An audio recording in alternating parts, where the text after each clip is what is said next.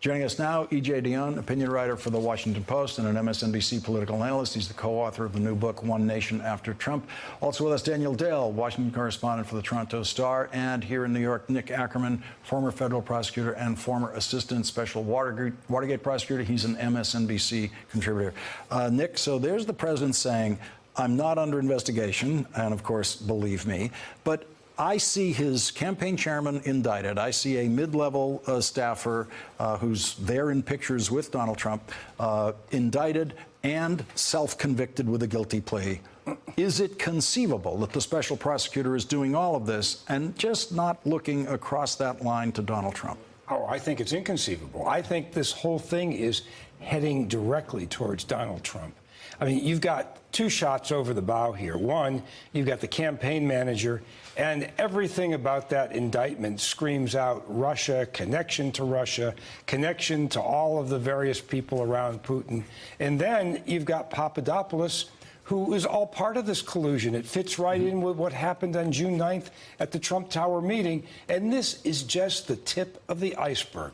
This is how a normal investigation starts. Papadopoulos is not going to be the first person to come in and sing like a canary. You're going to see a whole series of other people's names that are not household names, names that we don't recognize, that are going to be coming forward in the course of this. People who are going to be indicted additionally to the first one with Manafort and his sidekick. You're going to see a whole series of these indictments and a whole series of other people throwing in the towel and telling the truth as to what happened. And, E.J., we are seeing stories change along the way over the weeks and the months. Carter Page's story kind of changed dramatically tonight in this new report. But the president lashing out at the Justice Department, that usually, if we follow his pattern of lashing out in the past, that usually means there's something he's worried about. Right. I think there are two scientific rules in this inquiry. Scientific rule one is what you just said. Whenever he's attacking the Justice Department, he's in a lot of trouble. And scientific rule two is you can determine the depth of that trouble by how often he says the words Hillary Clinton. And we have had a cascade of attacks on Hillary Clinton over the last week. And it is a classic Trump technique, which is he doesn't really know how to win on his own. He can only win by attacking some adversary. He can live without friends, but not without enemies. And I agree that this investigation is moving in a way that's very dangerous, because Robert Mueller is running this like a mob investigation, which is appropriate where money and power are concerned. And he is really looking into the money involved in the Trump empire.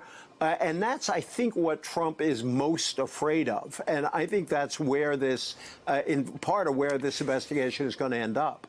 Let's look at the president this morning when he was asked about his memory of that meeting with George Papadopoulos. Mr. President, do you remember George Papadopoulos during that March meeting floating the idea of a meeting? I don't remember much about that meeting. It was a very unimportant meeting, took place a long time. Don't remember much about it.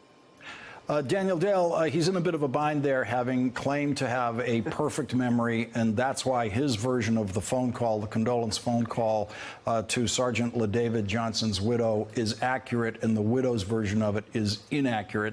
But when he needed that memory today on the Papadopoulos meeting, he doesn't have it. But he knows he's in a photograph with Papadopoulos in that meeting, so he couldn't completely deny knowledge of it.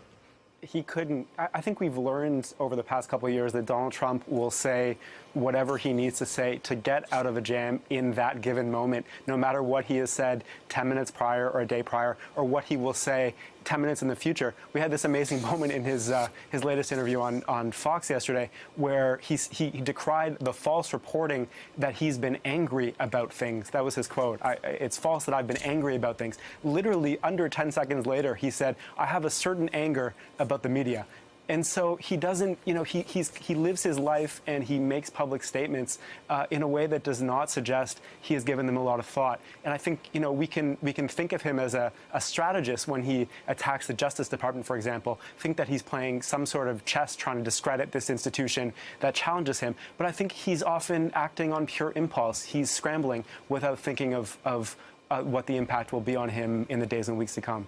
Nick Akerman, we have a report tonight at the Washington Post that Keith Schiller is going to speak to House Intelligence Committee investigators. He is a longtime Trump bodyguard who predates the campaign by many, many years.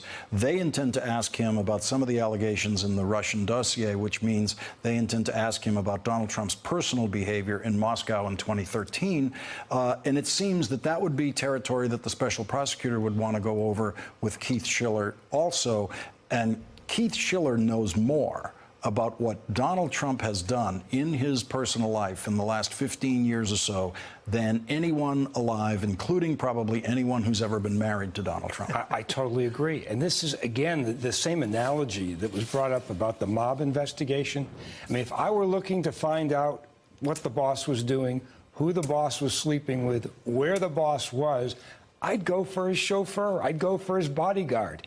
That's exactly what they're doing. Federal prosecutors have turned guys like that, specifically in mob cases. I used to do it all the time. Yeah. I had a whole series of people like that in the witness protection program. Yeah. I mean, you go for the people that know the most, that are closely aligned with the person, with them every day, joke with the person, they talk about all kinds of things, and those are the people that really know what's going on. Now, whether or not he's going to tell the truth, that's a whole different story. We've got to fit a break in here. Nick Akerman, thank you very much for joining us tonight. Really appreciate it. Thank you. Hey there, I'm Chris Hayes from MSNBC. Thanks for watching MSNBC on YouTube. If you want to keep up to date with the videos we're putting out, you can click subscribe just below me or click over on this list to see lots of other great videos.